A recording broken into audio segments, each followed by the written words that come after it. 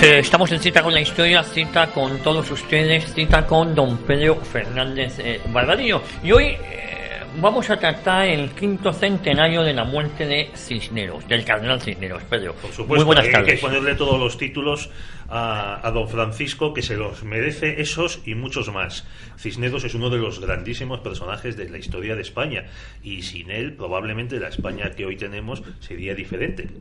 Él nació en 1436 cerca de Madrid, en Torrelaguna, y murió en 1517, es decir, vivió casi 81 años, lo cual en aquella época pues era una edad provecta y avanzada, y además mantuvo perfectamente todas sus facultades mentales. Falleció en Castilla, en Burgos, mientras iba al encuentro de Carlos I de España, que todavía no era emperador.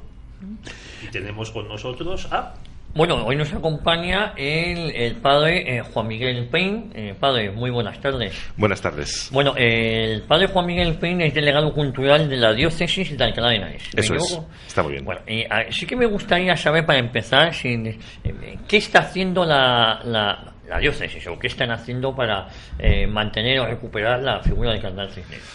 Bueno, pues nosotros estamos muy implicados en este año porque los 3 municipios de la Comunidad de Madrid que tienen que ver con Cisneros están los 3 en la diócesis de Alcalá de Henares. En concreto, Torrelaguna, donde nace, Alcalá de Henares, donde reposan sus restos y donde hizo la Universidad de Alcalá y otras muchas obras como la Políglota, y después Santorcaz, donde estuvo preso. Por eso, desde hace un año, desde el 8 de noviembre de 2016, quisimos inaugurar el Año Cisneros, también para animar a otras instituciones, tanto eclesiales como civiles, a conmemorar el Año Cisneros, porque nos temíamos que iba a pasar un poco lo que está pasando, ¿no? Que nadie se atreve mucho a ensalzar a Cisneros. Bueno, sí que me gustaría, ¿quién era el cardenal Cisneros? Bueno, desde mi punto de vista es sobre todo un hombre de iglesia, es un reformador, es una persona pues que siente una llamada también a cuidar de su patria, a cuidar de España, y por lo tanto sirve pues a los reyes católicos especialmente, pero bueno, como hombre de iglesia es una persona que entiende que hace falta una gran reforma que precederá a la que después hará, reforma entre comillas, Lutero, y por lo tanto pues es uno de los grandes de la historia de España, y digamos pues que es un gran hombre de cultura y de acción.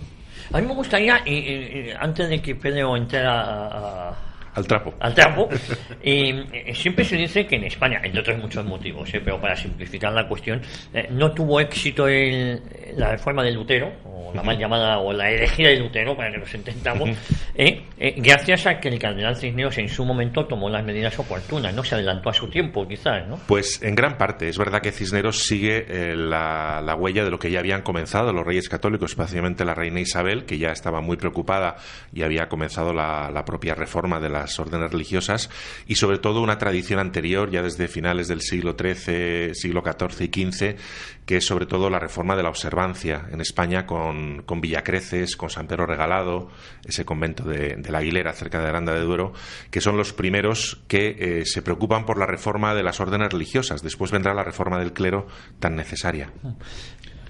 Pedro. Bueno, es que está muy bien que hayáis empezado mencionando la importancia de Cisneros en la reforma de la Iglesia Católica en España, porque normalmente nos solemos olvidar de ella. Estamos, deslumbrados por la vida de Cisneros, que además que es una vida auténticamente de película, porque nace hijo de hidalgos pobres, a fuerza de estudio consigue graduarse, recibe el arciprestazgo de Uceda, se enfrenta con el arzobispo de Toledo de la época, acaba metido en la cárcel por el arzobispo de Toledo, sale de la cárcel, tiene una crisis espiritual, se cambia el nombre, se llamaba antes Gonzalo, ¿no? Sí, Gonzalo. Y se hace llamar Francisco en honor al fundador de los franciscanos. Y estaba él tan tranquilo en su monasterio cuando el cardenal Mendoza le recomienda como confesor a la reina Isabel, y va a ser confesor de la reina Isabel porque es su obligación como pastor de almas. Y una vez que está en la corte y ayuda mucho a Isabel con sus consejos, la reina le promociona, hace que llegue al arzobispado de Toledo, o sea, es decir, vuelve al sitio donde fue castigado, No me digáis que no es una película. Y va ascendiendo, es primado de España como arzobispo de Toledo, inquisidor general, luego cuando fallece la reina es presidente del Consejo de Regencia, dirige la expedición de Orán de 1509. Vamos, lo dicho, yo creo que da para una película, ¿no? Una superproducción de estas. Pero había una pregunta que me gustaría hacerles. ¿Por qué ahora, lo adelantaba el padre Juan Miguel Prim, se oculta o se tapa la figura del cardenal Cisneros? Que es algo que no me entra en la cabeza. En vez de estar orgullosos de los avances de Cisneros, de la personalidad de Cisneros, del pozo de Cisneros, optamos por un perfil bajo y que pase de puntillas este quinto centenario. Entonces, no encuentro explicación, ¿no? Bueno, nos ha pasado con grandes figuras de la historia de España, que muchas veces han sido los hispanistas extranjeros, los franceses o los ingleses, los que más han escrito sobre ellos, ¿no? Pensemos en la biografía de Cisneros de Josep Pérez de hace 3 años, que es verdad que debe mucho al padre García Oro, pero bueno, ha querido dedicarle un libro. Yo creo que forma parte un poco de nuestra identidad, por desgracia. Pero bueno, es verdad que este año sí que se está hablando de Cisneros, pero siempre se eligen aquellos aspectos que puedan ser, pues, como humanista, reformador, estadista, que avanza el Estado moderno, etcétera, cosas que son ciertas en gran parte, pero que también ocultan otros aspectos, ¿no? Pues eso, que vivimos en un momento en el que la Iglesia tenía una gran influencia en la vida política y en la vida social, unas veces, pues quizá de manera equivocada por los pecados de los hombres de Iglesia, pero otras muchas veces, pues para bien de la sociedad, para bien de la cultura. No olvidemos que los grandes cardenales y papas han sido los principales mecenas, edificadores de templos, de arte y de cultura, ¿no? Y Cisneros, pues bueno, quizá por la historia más reciente española, por haber sido utilizado también muchas veces Cisneros, pues como una imagen de esas glorias imperecederas de España, que a algunos pues les ha podido disgustar o gustar menos, pues bueno, sobre todo aquellas localidades que tienen que ver con Cisneros sí que lo están celebrando. Lo que nos falta un poco es a nivel de toda España, a nivel incluso de las instituciones del Estado, pues un mayor reconocimiento. Pedro. Bueno, es que no solo se han olvidado de Cisneros las autoridades civiles, eclesiásticas y militares, y no sé si las taurinas también, supongo, se han olvidado de otros grandes españoles, como tú mencionabas, porque en estos años del principio de 1500 fallecen unos personajes impresionantes. Falleció también Fernando el Católico, falleció Gonzalo Fernández de Córdoba, el gran capitán, y por supuesto, ¿tú te acuerdas de que se haya celebrado el 500 aniversario de la muerte del gran capitán? No, ¿verdad? No. Pero es que en cambio, sí le estamos dando mucha importancia, perdónenme ustedes, a Lutero, por ejemplo. Le dedicamos un programa a Lutero y su reforma aquí hace unas semanas. Sí. Pero, por ejemplo, pero, a nivel... el gran capitán, el mariscal Montgomery, que algo sabría del ejército, digo yo, pues tiene un libro sobre estrategia militar o grandes militares, traducido al español, en el que él presenta como el creador del ejército moderno al gran capitán, y dice él lo que establece el gran capitán, la división del ejército, el aprovechamiento de las picas y las alabardas sobre la caballería, la distribución en cuál, etcétera, dice esto está vigente en Europa, y lo que es decir en el mundo hasta la época napoleónica, hasta la invención de las armas, hasta la invención o el aprovechamiento a gran escala de armas de fuego. Y no se ha hablado del gran capitán. Eso sí, en Córdoba es lo mismo que Córdoba y Loja, es lo mismo que contaba el padre Prim, que está pasando con Cisneros, que se queda desgraciadamente limitado a las localidades donde nació, vivió y creó su obra. Lo mismo podemos decir de Fernando el Católico. Tampoco se ha recordado el quinto centenario de su muerte, que es el creador político de la España actual. Sí, tal y como la conocemos. Que estuvo a punto de disolverse, por cierto, sí. Para contar una anécdota, porque cuando muere Isabel, el listo de Felipe el Hermoso se alía con Francia, porque ya la pobre Juana pues estaba mal. Y eso perjudica a Fernando, porque el rey de Francia chocaba con Fernando, ya limitado al rey de Aragón, en Italia. Y en Nápoles y Sicilia las guarniciones que había eran castellanas, bajo el mando del gran capitán. Entonces, visto que Felipe renueva una alianza de Castilla con Francia, Fernando lo que hace es contraer matrimonio con Germana de Foix y tienen un hijo que afortunadamente, y está por feo que quede decirlo, pues fallece muy jovencito. O sea, pero se podía haber deshecho ahí la obra de los Reyes Católicos. Cuando muere Felipe en septiembre de 1506 en Burgos, por el famoso vaso de agua fría que se tomó, pues es en ese momento en el que, dada la incapacidad de Juana, Cisneros, presidente del Consejo de Regencia, vuelve a llamar a Fernando a Castilla, que es donde permanece durante 10 años hasta su muerte. No debía de gustarle mucho el ambiente en la corona de Aragón a don Fernando, porque no vuelve a pisar la corona de Aragón, los estados de Aragón. O sea, Aragón, Castilla y Valencia. Perdón, Aragón, Cataluña y Valencia. Y se produce esto, que es mantener la unidad de España.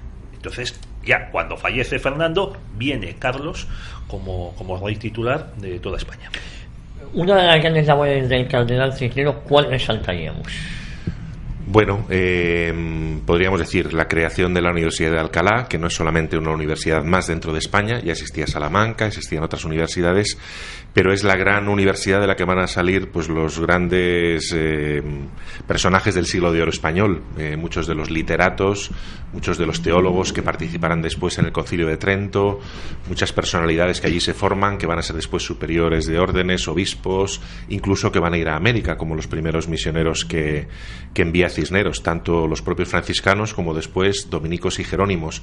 Creo que la Universidad de Alcalá, por la idea que él tiene de la universidad, como esa entidad que se va a ocupar de una reforma profunda, intelectual, espiritual del clero y también de los personajes que van a asumir cargos importantes en el Estado, es muy importante. Por supuesto, la Biblia políglota complutense, que también es una genialidad de Cisneros, una obra dificilísima para la época, además en los momentos en los que la imprenta todavía pues estaba naciendo, llevaba pocos años, y que une pues eso, el conocimiento de las lenguas bíblicas, de las lenguas orientales, del latín, precisamente para mostrar la verdad de la Biblia tal y como había sido traducida por San Jerónimo, pero yendo a las fuentes originales y desactivar esa pelea que después habría en torno a la Biblia con Lutero, esta misma reforma que hemos dicho de la vida de la Iglesia y sobre todo su labor de consejo a los reyes católicos, que si pensamos en los prelados anteriores, el arzobispo Carrillo, del que hemos hablado antes, que siempre fue muy beligerante y siempre estuvo pues a veces cambiando de bando, o en el propio cardenal Mendoza, mucho más estable, pero también con sus historias personales, Cisneros destaca como una gran figura de obispo en el cual se da el cargo pastoral y la santidad personal muy unidas, y eso todos se lo tienen que reconocer, incluso sus enemigos. Bueno, del cardenal Mendoza se cuenta una anécdota, supongo que verídica, algo nos dirá el padre Prim, de que él tenía varios hijos, sí, que se educaban en la corte y como pajes, y la reina Isabel le solía decir al cardenal Mendoza: qué hermosos están hoy vuestros pecados, cardenal. Sí, vuestros pecadillos, sí, así es. Muchos prelados, y eso forma parte de la reforma de la Iglesia, pues eso, o sacerdotes, pues tenían hijos, no vivían el celibato, y claro, desde la reforma religiosa, sobre todo desde las corrientes de la estricta observancia, que van a ir poco a poco llegando a todas las órdenes religiosas, se comienza a vivir de nuevo la pobreza, porque la Iglesia tenía en efecto mucho poder, se comienza a vivir la castidad por parte se continúa viviendo la castidad por parte del clero y de los consagrados, y la obediencia a los superiores y también la obediencia a la corona. Bueno, otra de las novedades que introduce el Concilio de Trento, que esto ya es mediados del siglo XVI, o sea, unos 40 años después de la muerte de Cisneros, una de las novedades, digo, es que obliga a los obispos a residir en sus diócesis. Sí, eso es. En la antigüedad existía la costumbre de que el obispo tuviera, pues eso, un título, un beneficio, una diócesis, incluso a veces varias diócesis, y no necesariamente residiera. Con frecuencia no residían, algunos vivían en Roma directamente, otros tenían varias diócesis, y lo que hacían era encargar a unos vicarios generales o unos provisores el gobierno de la diócesis. Si eran buenos pastores pues a veces elegían personas adecuadas y justas, pero el caso es que ellos no estaban allí, ¿no? Y evidentemente Cisneros eso ya lo empieza a cambiar a partir de los nombramientos que se producen bajo su mandato, pero también, como tú dices, el Concilio de Trento es el que lo establece. Cisneros se adelantó en algunas cosas, por ejemplo, en que hubiera libros bautismales en las parroquias. En España ya había libros bautismales desde la época de Cisneros, que es una determinación de Trento, o el que se dé catequesis a los niños. Es una de las cosas que establece Cisneros en los signos de Alcalá y Talavera, que los domingos se dé catequesis a los niños, que se predique todas las fiestas, cosas que a nosotros nos parecen normales. Y quizá, pues, por ejemplo, el rezo del Ángelus, al que estamos acostumbrados 3 veces al día, pues es una decisión también de Cisneros, el canto de la Salve Regina. En fin, hay muchas cosas que quizá no conocemos, que forman parte de nuestra tradición, que hemos vivido pues más en nuestra infancia y en nuestros pueblos, pero que proceden precisamente de estas iniciativas del cardenal. También, como arzobispo de Toledo, recuperó o amplió el rito mozárabe. Sí. Él se encuentra con que en la ciudad de Toledo había algunas parroquias mozárabes que siguen existiendo, pero que el rito pues estaba un poco arrinconado. Se encuentran unos libros, unos cantorales, entonces pide a algunos de los canónigos de la catedral que le ayuden, el canónigo Ortiz, a hacer una edición actualizada de esos libros que ya no eran fáciles de interpretar y de entender por el tipo de notación musical que tenían, por el tipo de letra, letra gótica. Eso es lo que le iba a decir, supongo que vendrían escritos en letra gótica. Y ya pues la cultura de los hombres de su tiempo no les permitía, entonces él lo que hace es una recuperación, una cierta reforma del rito llamado isidoriano, del rito visigótico, hispano-mozárabe, en fin, tiene tantos nombres, y lo que hace realmente es que vuelva a existir, incluso creando la capilla mozárabe en la Catedral de Toledo y dotándola pues con canónigos que puedan celebrar todos los días, de tal manera que si hoy seguimos teniendo el rito hispano-mozárabe, que en gran parte pues está un poquito creciendo y valorándose cada vez más en las diócesis, es por esta recuperación de Cisneros. Tuvimos en un programa hace unos meses, ¿te acordarás, Javier, al padre Diego Figueroa hablando del rito hispano-mozárabe, isidoriano, y el nombre que le queramos dar, porque además se celebra en la diócesis de Madrid, en la Basílica de la Concepción, en la calle Goya, se celebra todos los martes por la tarde. ¿En la diócesis de Alcalá también se celebra? Sí, tenemos también un capellán del rito mozárabe y también se celebra semanalmente, y luego algunas celebraciones especiales. Por ejemplo, cuando nosotros inauguramos el año Cisneros, el 8 de noviembre del 2016, hicimos una celebración, unas vísperas en rito mozárabe, a las que asistió el arzobispo de Toledo. Invitamos también a la Casa Real y nos enviaron al jefe de la Casa Real. Participaron también otros obispos y otros personajes, y lo que hicimos fue un rito mozárabe que gustó mucho a la gente, porque interpretamos música de los cantorales de Cisneros y música gregoriana, y bueno, pues el incienso, las oraciones, el que los celebrantes estén mirando hacia el altar y hacia la cruz, no hacia la asamblea, pues todo eso gustó y fue una ocasión bonita. Pues muy interesante. Pero ¿hay alguna iglesia donde se celebre semanalmente? ¿Puede dar la dirección y el horario? En Alcalá de Henares se celebra en el convento de las Clarisas, de las Claras, porque hay 3 conventos de Clarisas en Alcalá, en concreto en el convento de las Claras, que está muy cerca del centro del seminario. Lo que no recuerdo ahora mismo es el día, el día de la semana, pero bueno, se llama la diócesis por parte del interesado y se pregunta. Sí. Entonces, en aquella época en España había 2 grandes príncipes de iglesia, si los podemos llamar así: el arzobispo de Toledo, primado de España, y el arzobispo de Santiago, porque Toledo abarcaba pues desde Madrid hasta abajo del todo, toda la península, hasta el estrecho de Gibraltar. ¿Y cómo eran las relaciones de Cisneros con su hermano en el arzobispado, con el arzobispo? Pues la verdad es que este punto no lo conozco bien, no lo sé. Sé que como arzobispo de Toledo y como cardenal y como primado de Toledo, evidentemente tuvo una influencia en todos los reinos de España, ciertamente. Sí que hubo cierta rivalidad histórica entre Santiago y Toledo, incluso a la hora de declarar a los patronos, a los santos, pues hubo siempre pues cierta rivalidad, como otras veces es normales, ¿no? Pero vamos, no lo conozco exactamente. Bueno, es lo mismo que pasaba en las Cortes de Castilla, en la rivalidad entre los procuradores de Burgos y Toledo. Sí. A ver quién hablaba primero, a ver quién tenía la primera palabra. Sí, la primacía en los concilios, por ejemplo, es ocasión muchas veces de discusiones entre los canónigos y los prebendados, etcétera. Pero vamos, conociendo a Cisneros, ciertamente seguro que las relaciones fueron buenas dentro del servicio a la unidad de la Iglesia y a la corona. Y bueno, para seguir con estas peleas que solía haber entre gente que tampoco tenía mucho que hacer, la verdad, estaban las peleas entre los diplomáticos, los embajadores, en esta época del siglo de oro, por la precedencia. ¿Quién tenía la precedencia? Entonces discutían pues si el embajador de España, el embajador de Francia.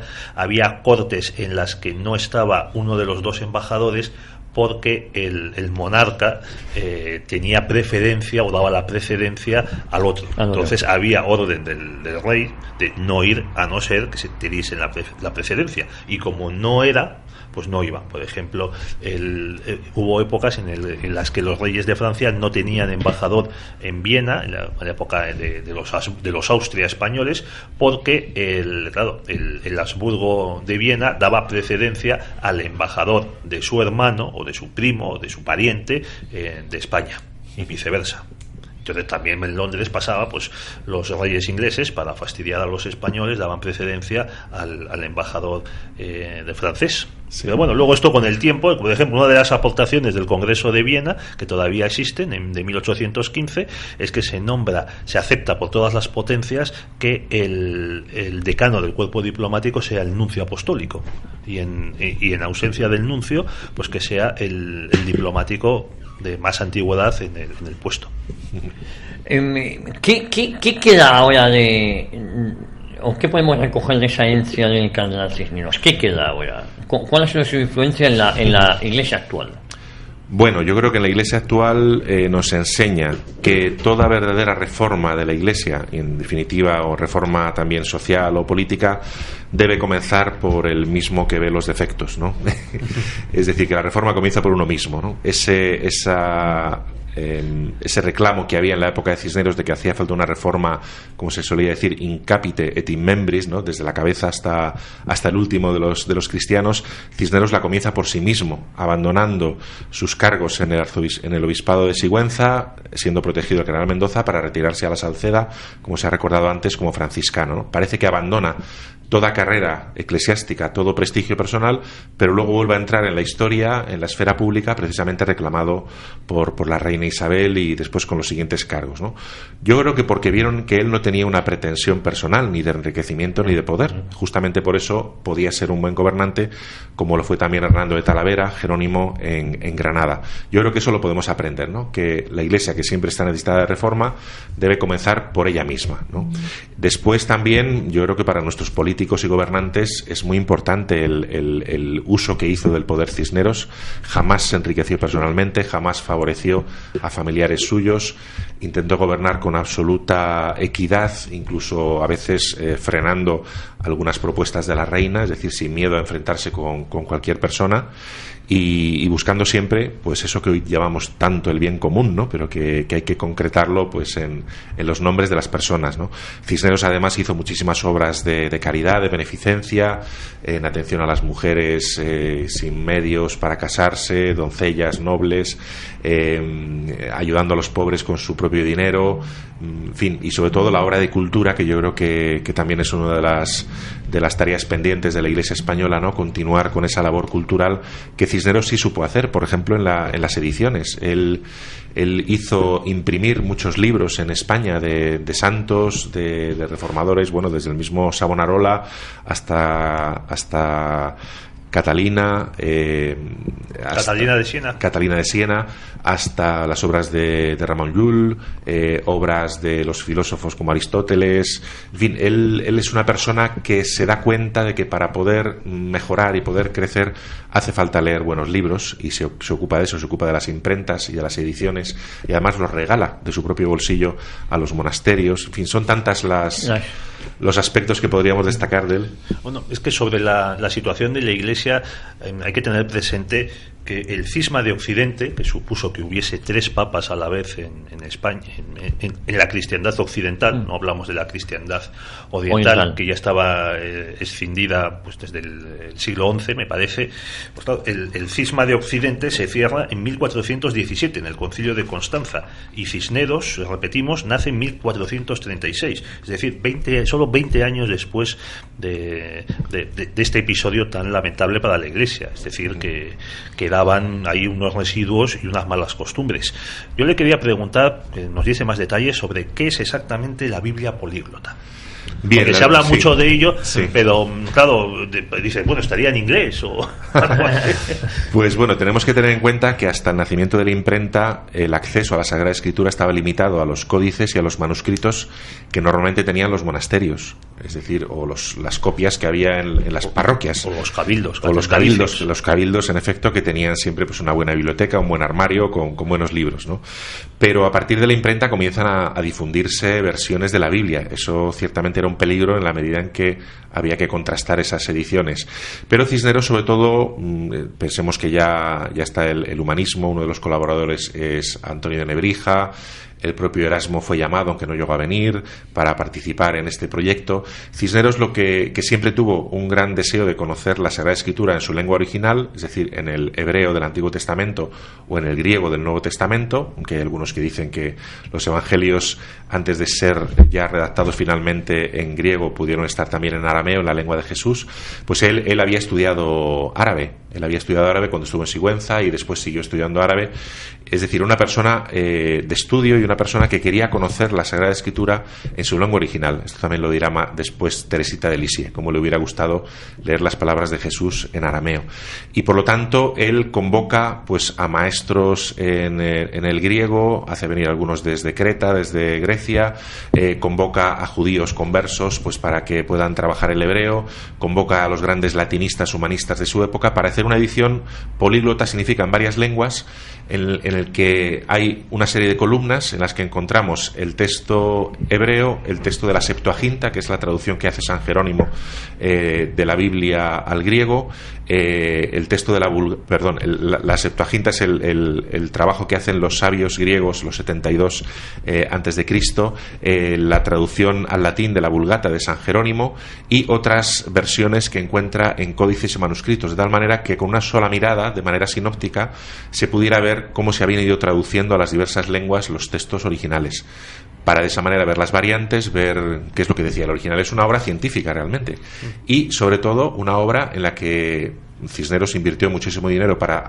traer códices de todas partes y para comprar muchos de ellos, muchos códices y manuscritos, y después una gran labor de imprenta, porque acuñar tipos en griego, en hebreo, no se había hecho, y entonces esa es una de las grandes hazañas tipográficas de la políglota de Cisneros. Es un poco entonces como la piedra Rosetta, pero mucho anterior, casi 300 años anterior. Sí, digamos que esos códices existían, pero no habían sido unificados, y además, bueno, pues es una Biblia sobre todo dirigida a estudiosos, a personas investigadoras, a sacerdotes con una formación superior, para que pudieran predicar sobre la base de las verdaderas palabras de Jesús, no de otras tradiciones o de otras versiones que después se pudieran considerar propias de grupos heréticos, etcétera. También otra de las obras de Cisneros es escoger para obispo de Granada, recién reconquistada, a Hernando de Talavera, al que ha mencionado. ¿Cómo fue la elección de este sacerdote y cómo se desarrolló su labor en Granada? Claro, precisamente Cisneros comienza como confesor de la reina una vez que Hernando de Talavera en el 1492 es nombrado arzobispo de Granada, y entre ellos Talavera es Jerónimo, Cisneros es franciscano, son dos de las grandes órdenes en ese momento en la corona de España, y su relación es buena. A veces se les ha opuesto excesivamente por los métodos, porque Hernando de Talavera, que era llamado el Santo Alfaquí por los musulmanes de Granada, pues intentó ganarse a los musulmanes, a los moriscos, intentó ganárselos pues con buenos modos, con regalos, aprendiendo su lengua e intentando entrar pues por la vía religiosa, y en gran parte consiguió mucho fruto. Pero cuando en 1499 los Reyes Católicos van a Granada y dicen han pasado 7 años después de la conquista y esto sigue pareciendo una ciudad musulmana con sus costumbres y sus rezos, ¿no?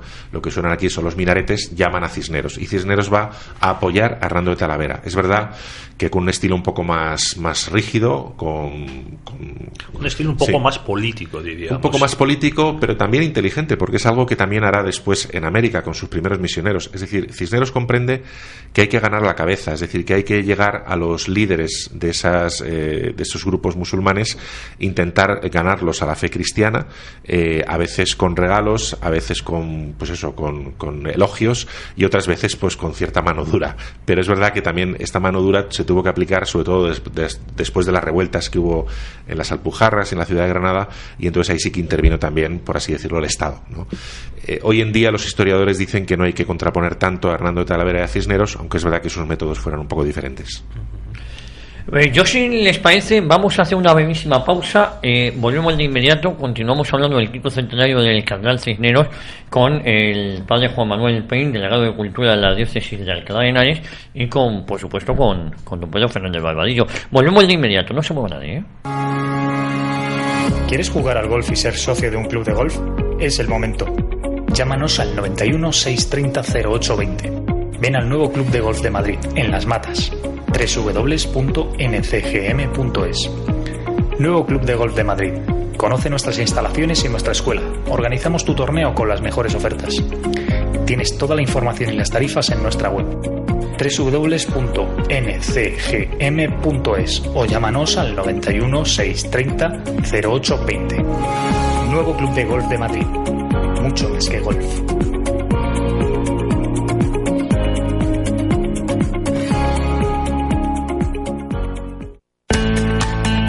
Paga solo por lo que imprimes con Fabricom.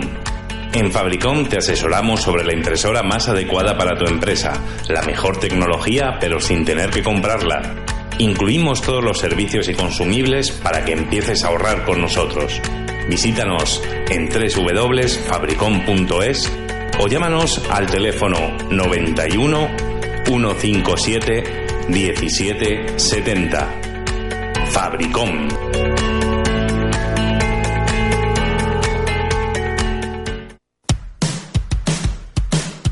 Consigue tu título de formación profesional de grado medio o superior. Todos los ciclos sanitarios e informáticos a tu alcance, con becas oficiales de la Comunidad de Madrid. Tú escoges modalidad presencial o a distancia. No lo dudes y ven a visitarnos. Te acercamos al mundo laboral. Llámanos al 682-204-358. Síguenos en Facebook y Twitter. Centro de Estudios Profesionales R 2012, Calidad Educativa.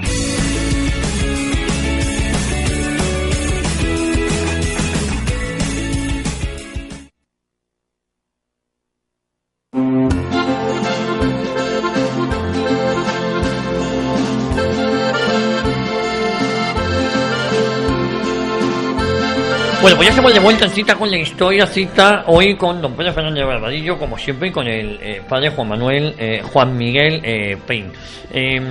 Fuera del micrófono estábamos comentando de los libros, de la obra del cardenal Cisneros, Pedro. Pues de eso nos tiene que hablar el padre, que es el que lo sabe, las publicaciones que está viendo y a las que pueden acceder nuestros oyentes interesados por esta figura capital en la historia de España. Sí, a ver, las obras clásicas de referencia son las obras del padre García Oro, franciscano de Santiago de Compostela, que durante muchos años ha estudiado a Cisneros, y también tiene obras sobre la reforma religiosa, tanto de los sacerdotes diocesanos como del clero. Tiene varios volúmenes, pero en concreto en la BAC hay dos obras importantes, dos tomos sobre Cardenal Cisneros. Como referencias más modernas, pues la obra de Josep Pérez. Acaba de presentar el jesuita Pedro Miguel Lamet un libro que es como una biografía novelada, El Tercer Rey, la acaba de presentar en estos días, y puede ser un buen acercamiento para quien quiera simplemente pues conocer un poquito la vida más novelada. En este caso es Francisco Ruiz, el que tantas veces acompañó al cardenal como secretario y como amigo, el que va contando la vida de Cisneros. Nosotros también publicamos desde la Catedral de Alcalá un libro con motivo del inicio del año Cisneros, que se llama Homenaje a Cisneros, en el cual pues dábamos datos de su vida y también de algunas representaciones artísticas. En Alcalá de Henares acaba de ser publicada también una biografía, Cisneros, la gloria del trono, de Arsenio López Huerta. La Universidad de Alcalá acaba de publicar también, acaba de reeditar Fray Francisco, la obra importante del padre Coloma a principios del siglo XX, que no llegó a terminar y fue completada por otro jesuita, el padre Risco. Yo creo que esta es una edición muy interesante que se puede encontrar en el servicio de publicaciones de la Universidad de Alcalá. Y bueno, hay mucha bibliografía. Yo sí que recomiendo, para quienes tengan más interés, acudir a las fuentes originales, a las más antiguas, que hoy en día se pueden encontrar en Internet, porque en Google Books hay muchos PDFs de estos libros antiguos que ya no tienen derechos de autor. En concreto, yo citaría la obra de Álvar Gómez de Castro, solo que esa está en latín. Existe una edición española del año 82 que se puede consultar, que es la primera biografía no completa, pero más documentada de Cisneros, y después la obra, que esta sí que está en PDF en castellano, del padre Quintanilla. El padre Quintanilla es el gran postulador de la causa de Cisneros en Roma y ofrece una vida de Cisneros aportando muchísima información. Se suele decir que es una obra agiográfica, es decir, que busca la santificación de Cisneros, pero no por eso deja de tener un gran rigor histórico. Yo quiero citar, por supuesto, los libros de Luis Suárez Fernández sobre los Reyes Católicos, sí, donde Cisneros es, por supuesto, un personaje que aparece constantemente, y también de Manuel Fernández Álvarez sobre Juana la Loca, y hombre, una biografía más literaria que histórica, pero muy entretenida de leer, de Luis Santamarina, sí, que se titula así exactamente, Cisneros. Sí, hay muchísimas. Yo este año he podido recopilar unos 30 libros sobre Cisneros, pues eso, desde los más antiguos hasta los del siglo XVIII, XIX, sermones panegíricos, elogios que se celebran en ocasión del cuarto centenario. En fin, uno puede encontrar muchísima información en Internet. Nosotros hemos recogido algunas de estas biografías en una página web que hemos creado desde la diócesis, que es Cisneros 2017, en número, .es, Cisneros 2017.es, donde además vamos recogiendo información de los actos, de las conferencias, de los conciertos, de las exposiciones que se van haciendo en estos meses en torno al cardenal. ¿Y esta página se va a mantener activa después del centenario? Sí, la idea es mantenerla activa y bueno, luego, como todas las páginas, depende un poco del tiempo y de la capacidad de quienes la llevamos, pero sí, la idea es que todo el material que se ha ido almacenando y otro que se pueda añadir, pues pueda estar ahí. Bueno, había más cosas. Hemos comentado también el tema de los restos del cardenal Cisneros. Claro, mucha gente no sabe dónde está enterrado Cisneros, que es de sus restos. Y hay que tener en cuenta que él muere en Roa de Duero, en Burgos, cuando iba a encontrarse con Carlos I. En su testamento él había escrito que quería ser enterrado en la capilla de San Ildefonso, donde de hecho se le construyó un magnífico sepulcro, una de las grandes obras del Renacimiento español, pero allí permanecieron los restos de Cisneros en la capilla de la Universidad de Alcalá de Henares hasta el siglo XIX, que, como en tantas otras cosas, con la famosa desamortización, la pérdida de la Universidad de Alcalá y después su traslado a Madrid, pues esos restos son llevados a la iglesia magistral de Alcalá de Henares, la iglesia de los Santos Niños, que ahora es la catedral de la diócesis, y allí permanece sepulcro y restos hasta 1936. Al comienzo de la guerra, la magistral es incendiada y saqueada, y José María Lacarra, de la Junta del Tesoro Artístico, encuentra los restos de Cisneros esparcidos junto a su sepulcro, los recoge, los mete en un arca que además había contenido, el arca de las victorias de Carlos V. Son trasladados a Madrid. En Madrid, en diversas peripecias, permanecen hasta 1977, que son entregados por el obispado a Alcalá de Henares. Entonces, los restos de Cisneros actualmente están bajo el altar mayor de la Catedral de Alcalá de Henares. Y el 8 de noviembre del 16 quisimos hacer una traslación para que fuera más visible la presencia de los restos del cardenal. En la girola de la catedral encargamos a un escultor, a Julio López Hernández, un escultor muy conocido en Madrid, que nos hiciera una lápida funeraria en bronce, una estela conmemorativa, y allí, justamente en la escena donde aparece como una pequeña puerta, ahí están los restos de Cisneros que puede ver cualquier persona que acuda a la catedral de Alcalá de Henares. Por lo tanto, reposan sus restos en Alcalá de Henares. Yo he dicho que la desamortización era maldita, sí. Se ha sonreído el padre Prim, pero claro, compréndanme ustedes, queridos oyentes, es que la desamortización, aparte del empobrecimiento brutal de millones de españoles, porque les privó de tierras comunales y de la iglesia, que estaban arrendadas a precios muy bajos, lo que hizo fue sacarlas a mercado, a unas subastas, para que las comprasen pues los caciques locales concejales y los caciques de las ciudades, y entonces, pues por ejemplo, se talaron bosques enteros, inmensos, hasta el punto de que se fundó en esa época la carrera, la Escuela de Ingenieros de Montes, para tratar de salvar los bosques que quedaban. Y luego también, pues muchas de esas tierras se dedicaron, vamos, los caciques, los que las habían comprado, se fueron a vivir a las capitales y tenían unos administradores que a latigazos, sacaban el rendimiento de estas tierras a costa de quienes antes las habían aprovechado, insisto, unos precios muy bajos. Pero es que, aparte de esto, la desamortización destruyó una inmensidad de patrimonio cultural español.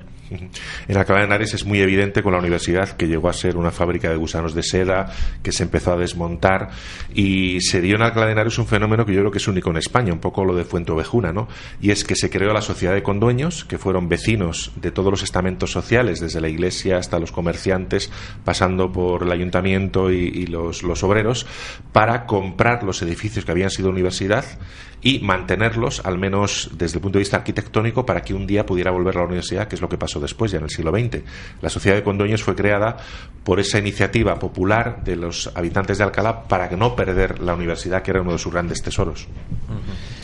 Bueno, podríamos hablar ahora de la expedición de Orán, del año 1509, que es dirigida por Cisneros y en la que él implica el patrimonio de la diócesis.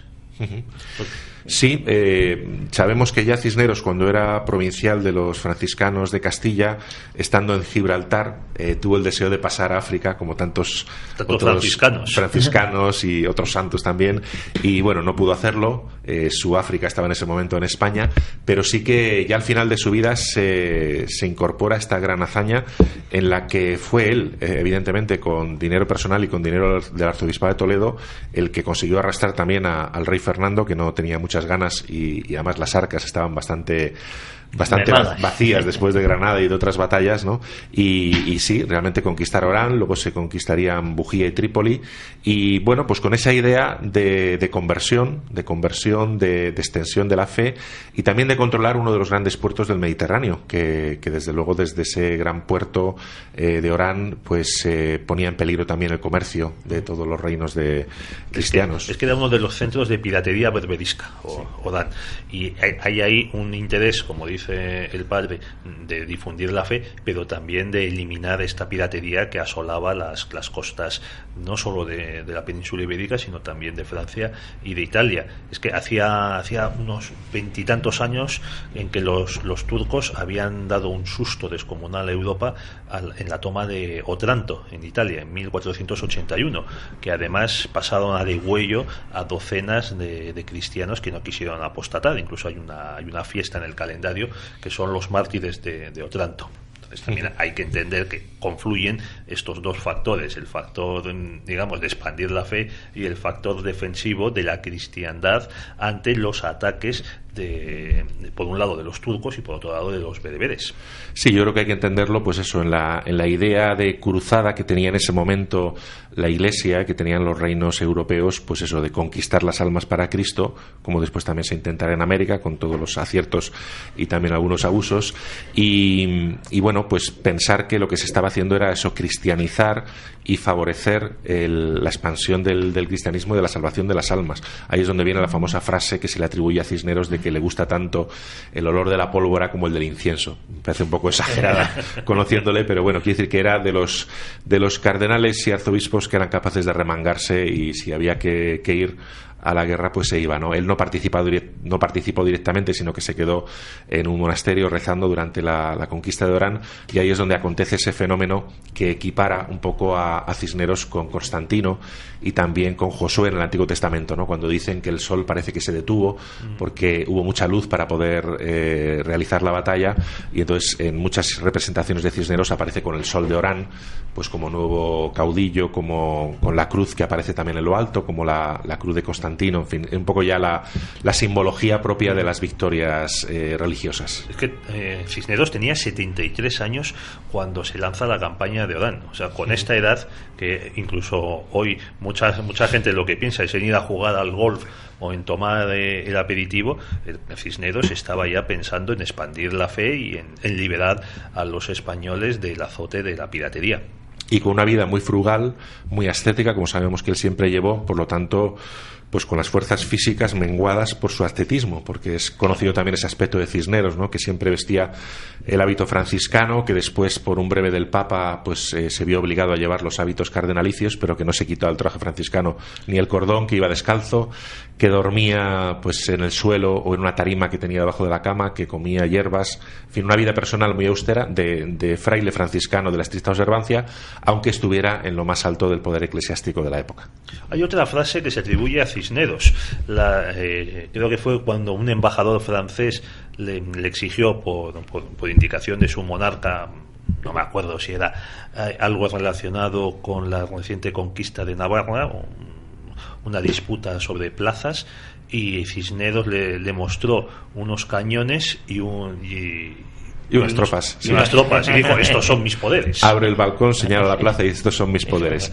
Bueno, es una frase que yo no sé exactamente de dónde está sacada. En cualquier caso ha sido representada en el arte, sobre todo del siglo XIX, en el arte un poco romántico, en estos cuadros históricos de tipo romántico aparece. Nosotros tenemos un cuadro en el Ayuntamiento de Alcalá de Henares donde en efecto está delante del balcón señalándole a estos dignatarios, estos son mis poderes, ¿no? Es decir, un hombre de iglesia, pero con los pies en la tierra, ¿no? Sabiendo que también es necesario pues organizar la vida social. No, hay que tener cuidado con estas frases. No digo que Cisneros no la pronunciase, pero hay una que a mí me molesta mucho y yo quiero combatirla. Es una que se atribuyó en el siglo XVII a Carlos I por parte de un cronista cuando estuvo en Córdoba y vio, por un lado, la estructura de la mezquita, o sea, el bosque de columnas, y por otro lado la capilla insertada dentro de la mezquita. Dijo, se atribuye este cronista a Carlos algo así como: estos cristianos no sé qué en estos tiempos han destrozado la más bella obra que había aquí, qué vergüenza. Dicen, no, eso jamás lo dijo. Sería muy anacrónico, desde luego. Digo, además, el propio Carlos, que era nieto de los reyes católicos y se hizo construir un palacio en Granada. Sí. A mí me gustaría saber por ejemplo, la relación que está manteniendo, por ejemplo, con el Ayuntamiento de Alcalá de Henares, si se está involucrando en algo en esta conmemoración, este 5º centenario del fallecimiento del cardenal Cisneros. Sí, ha habido varias iniciativas conjuntas, obispado, universidad, ayuntamiento, nos llevamos bien y estamos muy presentes en la vida cultural de la ciudad, el obispado, y sí, el ayuntamiento ahora mismo ha organizado una exposición muy interesante en la Capilla del Oidor, en Alcalá de Henares, Capilla del Oidor, una exposición sobre todo de libros, de documentos, de imágenes. Y aparte también un ciclo de conferencias que ya comenzó antes del verano, una conferencia mensual con diversos aspectos de la vida de Cisneros en el Corral de Comedias. Y la universidad también, pues ha celebrado diversos acontecimientos cisnerianos, la políglota, la universidad y este año a Cisneros, y acaba de inaugurar también una exposición más bien gráfica, didáctica, en la propia universidad, en el rectorado, sobre la figura de Cisneros. Nosotros también acabamos de realizar un congreso sobre Cisneros organizado por el Obispado de Alcalá de Henares junto con la Universidad San Dámaso de Madrid y otras universidades como el CEU San Pablo, la Católica de Ávila, el Arzobispado de Toledo, en el cual 9 ponentes han estado hablando de estos aspectos: reforma, conversión y evangelización en Cisneros, y precisamente la primera sesión la hemos tenido en la universidad. Es decir, que estamos muy presentes en la vida de la ciudad.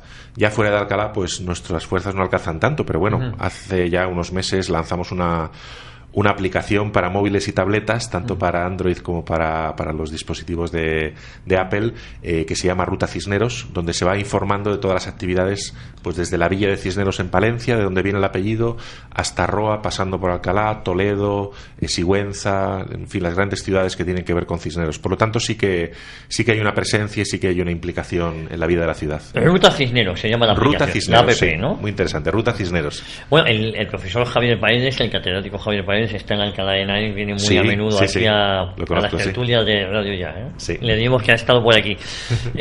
Más cosas que podíamos hablar sobre el cardenal Cisneros.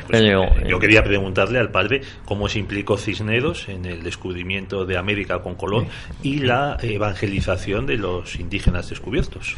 Bueno, tenemos que tener en cuenta que los primeros indígenas que trae Colón y que son bautizados en Barcelona son bautizados de la mano del cardenal Cisneros, que esto a veces no se suele contar, ¿no? Por lo tanto, tanto tuvo el primer contacto con aquellas almas que venían del nuevo continente, y él realmente estuvo preocupado porque a veces primaban intereses económicos o de dominio en los primeros momentos de la conquista de América, y como decía antes, él envía en primer lugar a 3 frailes franciscanos, entre ellos al propio Francisco Ruiz, es decir, a su mano derecha, para que informen de la situación y para que vean también pues cómo pueden ayudar, y durante sus regencias se encargará de enviar nuevos misioneros, primero los dominicos y luego los jerónimos, fundando las primeras iglesias, la sede de la Española, Santo Domingo, también pues intentando aplicar las famosas leyes de Burgos, que declaran a los indígenas miembros y ciudadanos del Imperio Español con los mismos deberes y obligaciones que todos. Tienen que trabajar, pero también deben ser respetados sus derechos. Bueno, y establece, a mí me gusta destacarlo, esas leyes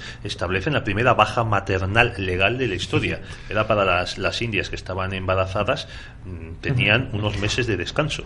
Hay que decir que tanto Burgos como el derecho de Indias después de Salamanca son muy importantes en la legislación, por supuesto, europea y mundial, y en eso España fue un país pues muy avanzado. También, querido Javier, puedes incluir en tu lista de centenarios omitidos el de las leyes de Burgos, que creo que son de 1512, creo. 1512, perdón, sí. Y que solo se celebró en Burgos. Sí. En Burgos. Nada más, y porque fueron naturalmente en Burgos. Si hubiesen sido en Segovia, se habría celebrado en Segovia y no nos habríamos enterado los demás. Yo me enteré sencillamente porque un día, leyendo el diario de Burgos por internet, topé con una columna que recordaba de un profesor de la Universidad de Burgos, la Facultad de Derecho, recordando la efeméride y hablando de ella y tal. Digo, coño, si es verdad, si es el 5º centenario de las leyes de Burgos y no nos hemos acordado ninguno. De todas formas, claro, que ahora se esconda, perdónenme la expresión, la figura de Cisneros, tiene lógica en la sociedad en la que estamos viviendo ahora, donde no se evangeliza, perdónenme, sino que nos conformamos con el status quo actual, ¿no? Es decir, no intentamos evangelizar a otros que están en religiones falsas, desde mi punto de vista, ¿no?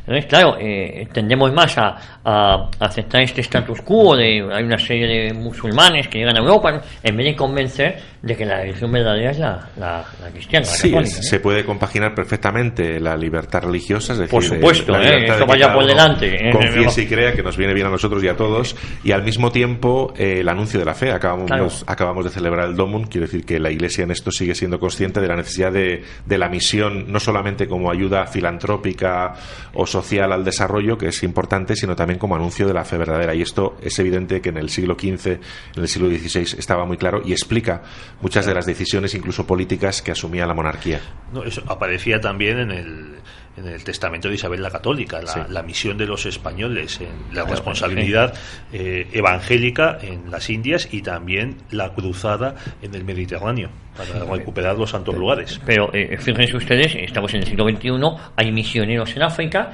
y claro, dicen, van a ir a ayudar, ¿no? Me parece muy bien, van a ayudar, pero sobre todo van a evangelizar. Sí, ¿no? Lo que pasa es que sabemos que en los países musulmanes hay que evangelizar desde el silencio, en muchos casos, desde el testimonio personal. No existe esa reciprocidad que aquí tenemos de permitir la práctica. Otra faceta que, Javier, que yo creo que hace desagradable... Digo, para poner en valor la figura de Santa Cisneros. Vamos a ver, otra faceta de la vida de Cisneros que le hace desagradable o le hace incomprensible para la sociedad de hoy es que era un hombre, como nos ha contado el padre Prim, que iba con sus sandalias, que comía hierbas, tal, siendo, pues no sé si el segundo o tercer hombre más poderoso de España, después de los reyes, o del condestable de Castilla o del almirante de Castilla. Vamos, en algún momento él era el más poderoso como presidente del Consejo de Regencia, y mientras venía Fernando, el católico. Entonces, alguien así, la mayoría de los que te escuchan habrán dicho, bueno, pero este señor, pues menudo tonto, que no metió la mano tal y se llevó unos cuantos doblones para su casa o para su familia, para vivir. O anda que si fuese yo ministro iba a dormir sobre un jergón. La gente que nos escucha yo creo que lo tiene muy claro. Sí, pero a veces la tentación, ¿verdad?